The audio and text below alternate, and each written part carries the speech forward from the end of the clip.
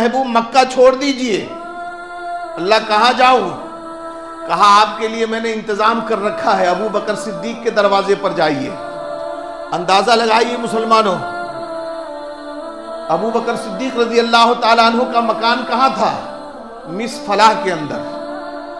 سرکار کا مکان، جو لوگ مکہ شریف گئے ہیں، سرکار کے مکان کی زیارت کی ہے، جہاں سرکار کی ولادت ہوئی ہے وہ جگہ کی زیارت کی۔ ابھی وہاں کی حکومت نے وہاں لائبریری بنا دیا ہے۔ اس سے آگے آئیے گا، جو لوگ گئے ہیں ان کو سمجھ میں آ جائے گی میری بات۔ مروہ پہاڑی سے باہر نکلتے ہی بیت الخلا وہاں کی حکومت نے بنا رکھا ہے، وہ ابو جہل کا مکان تھا۔ مروہ پہاڑی سے باہر نکلتے سرکار کا مکان پیچھے، اس بیچ میں ابو جہل کا مکان، اس سے بہت آگے چل کر کے مصر فلاح میں حضرت ابو بکر صدیق کا مکان ہے۔ اندازہ لگائیے، خطرناک رات ہے۔ اللہ کے رسول نے فرمایا مولا چاروں طرف سے دشمن تلوار، ننگی تلوار لیے کھڑے ہیں، میں کیسے نکلوں؟ اللہ نے کہا میرے محبوب گھبرانے کی ضرورت نہیں ہے، آپ اپنی مٹھی میں مٹی لیجئے اور دشمنوں کی طرف پھینک دیجئے۔ اللہ کدھر پھینکوں؟ یہ تو چاروں طرف کھڑے ہوئے ہیں، میں پھینکوں گا ایک طرف جائے گا، آس پاس اڑوس پڑوس میں جائے گا، ادھر ادھر والے کو جائے گا، چاروں طرف کیسے پھینکوں گا؟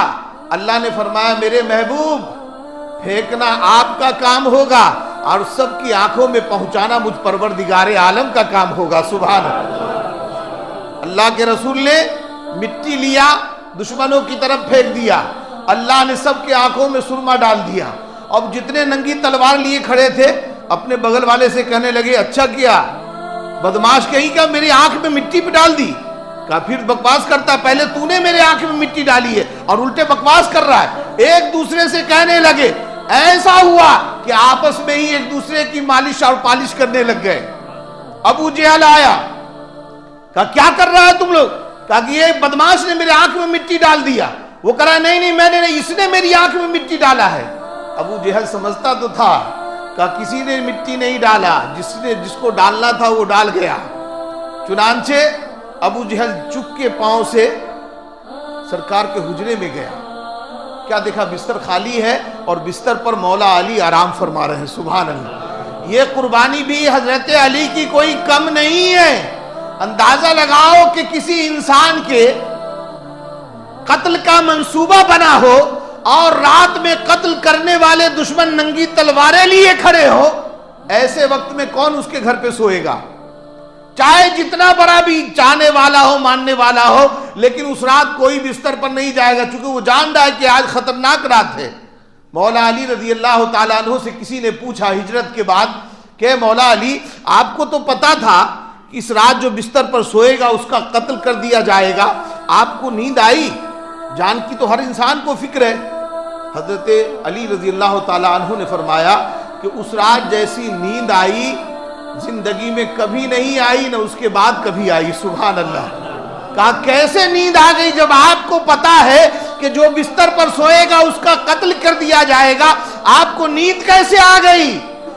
مولا علی نے فرمایا کہ میرے آقا نے فرمایا تھا اے علی میرے بستر پر سو جاؤ اور یہ امانتیں تمہارے حوالے کیے دیتا ہوں، صبح اٹھ کر کے کفار مکہ کے یہ امانتیں ہیں ان کے حوالے کر دینا۔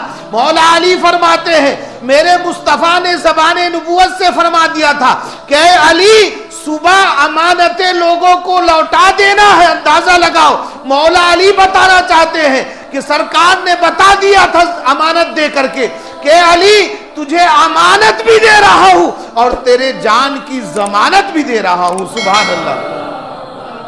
سرکار اپنے حجرے سے نکلے، حضرت ابو بکر صدیق رضی اللہ تعالیٰ عنہ کے دروازے پر گئے، دستک دیا، دروازہ کھلا۔ حضرت ابو بکر صدیق نے کہا آقا آپ اتنی خطرناک رات میں آپ کیوں آئے؟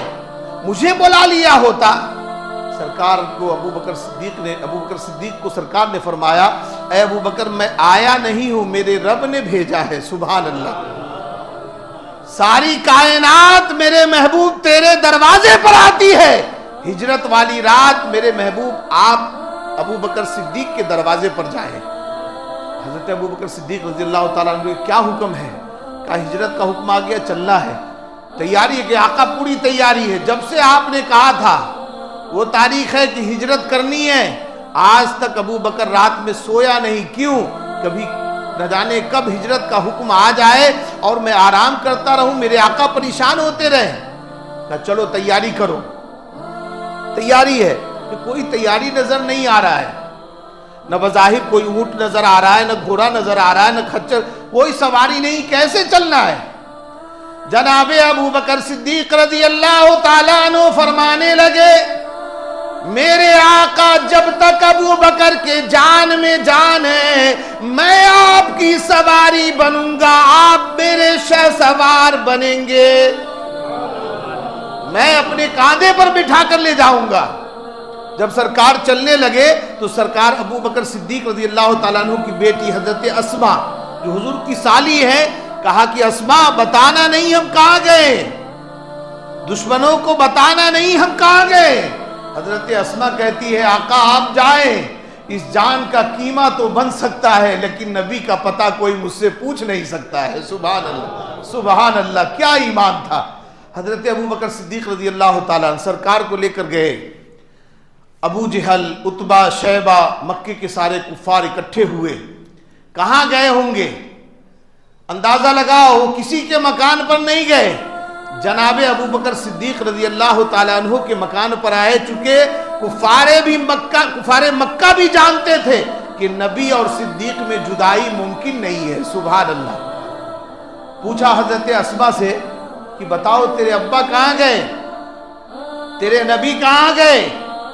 حضرت اسماء چھوٹی سی بچی ہے، چاہتی تو بول سکتی تھی کہ مجھے کیا پتا، میں تو سو گئی تھی، شام کی سو رہی ہوں، تم نے دروازہ کھٹکھٹایا ہے تو میں نے گیٹ کھولا ہے، مجھے کیا پتا کون آیا کون گیا۔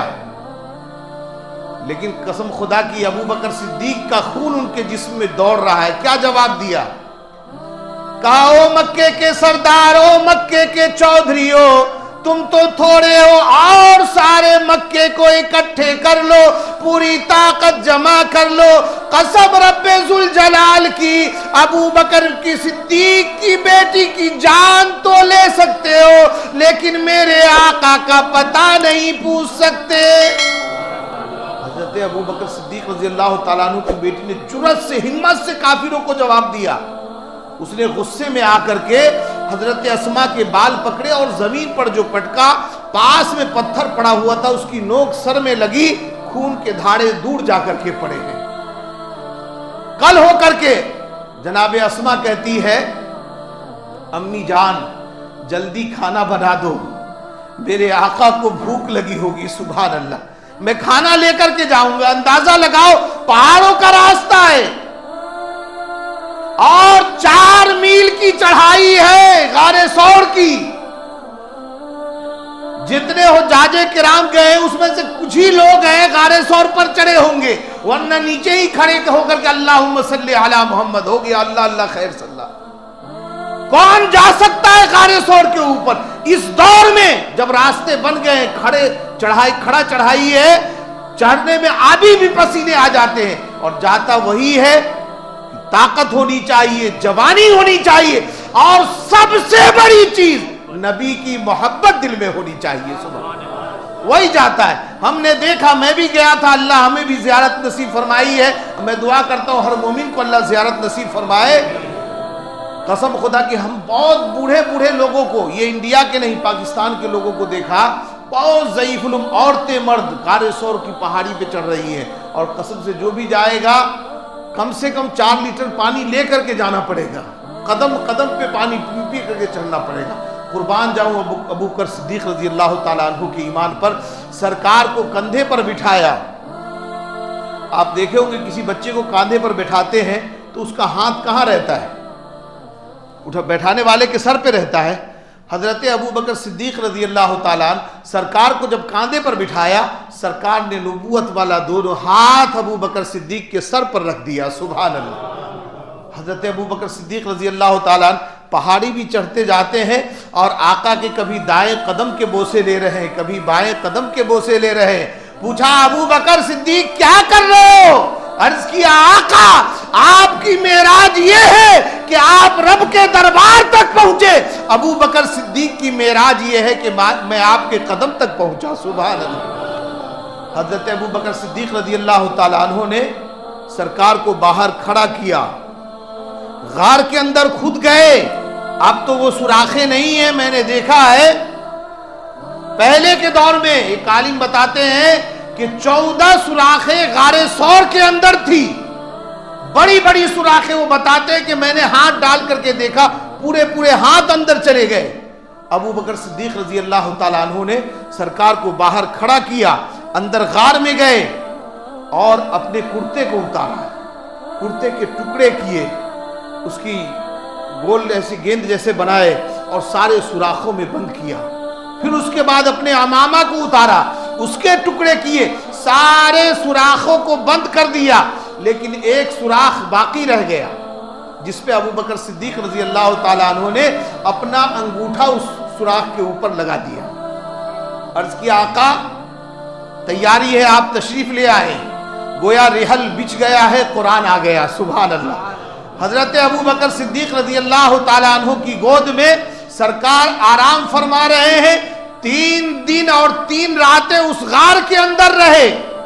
وہ سانپ جو برسوں سے سنا تھا کہ نبی آخر الزماں اس غار کے اندر آنے والے ہیں، وہ بھی زیارت کے لیے بیدار پریشان ہے، بے قرار ہے، چنانچہ کبھی سوراخ کی طرف منہ کرتا ہے بند پاتا ہے، دوسرے سوراخ کی طرف منہ کرتا ہے بند پاتا ہے۔ ابو بکر صدیق رضی اللہ تعالیٰ عنہ جہاں ایڑی لگا رکھے تھے، انگلی لگا رکھے تھے، ادھر سے نکلنے کی بار بار کوشش کر رہا ہے۔ ابو بکر صدیق نے انگلی نہیں ہٹایا، بہت کوشش کیا سانپ نے کہ یار غار آپ تو انگلی ہٹا لیجیے، مجھے بھی زیارت کا موقع دیجیے۔ ابو بکر صدیق انگلی نہیں ہٹا رہے، چنانچہ سانپ نے حضرت ابو بکر صدیق رضی اللہ تعالیٰ عنہ کے انگلی میں ڈنک مارا، زہر اثر کیا۔ قربان جاؤں ابو بکر صدیق رضی اللہ تعالیٰ عنہ کے ایمان کے اوپر، مقدر کے اوپر۔ آج کسی کا بیٹا روئے گا، اس کا آنسو ماں کے آنچل میں گریں گے۔ آج کسی کا بھتیجا روئے گا، اس کے آنسو کسی اپنے پھوپھی کے دامن میں گریں گے۔ آج کسی کا بیٹا روئے گا، اس کا آنسو کسی کے دامن میں گریں گے۔ قربان جاؤں ابو بکر صدیق تیرے ایمان کے اوپر، تیری شان کے اوپر، تیری آنکھوں سے آنسو گرا، چہرے مصطفیٰ پہ جا کے پڑا۔ حضرت ابو بکر صدیق کے آنکھوں سے آنسو گرا، سرکار کے رخ انور پر گرا۔ آقا نے آنکھ کھولی، فرمایا ابو بکر کس چیز نے رلایا ہے؟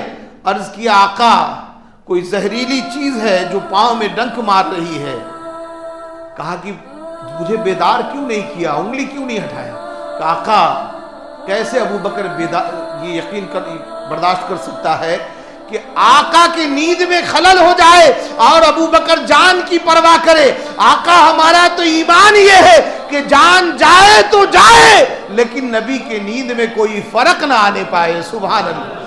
سرکار نے اپنا لعاب دہن حضرت ابو بکر صدیق کے انگلی پر لگایا، جس سے زہر زائل ہو گیا۔ اندازہ لگاؤ ابو بکر صدیق رضی اللہ تعالیٰ عنہ 3 دن اور 3 راتیں سرکار کا دیدار تنہا کیے ہیں۔ سبحان اللہ، اکیلے سرکار کا دیدار کر رہے ہیں۔ کافر وہاں تک پہنچ گئے، غار ثور تک۔ حضرت ابو بکر صدیق گھبراہٹ میں پریشان ہے، اپنے لیے نہیں کہ کہیں میرے آقا کو کوئی یہ ظالم تکلیف نہ دے دے، اپنے لیے پریشان نہیں ہے۔ حضرت ابو بکر صدیق کہتے ہیں کہ تھوڑا سا جھک کر کے اگر دیکھتے تو ہمیں دیکھ لیتے۔ اللہ کی آواز آئی، اللہ نے قرآن میں وہ چیز نازل کر دیا۔ فرمایا ابو بکر گھبراتا کیوں ہے؟ لا تحزن ان اللہ معنا، ارے تم بھی ہو، نبی بھی ہے، تم دونوں ہی نہیں بلکہ تمہارے ساتھ میں اللہ بھی یہاں پہ موجود ہوں۔ سبحان اللہ۔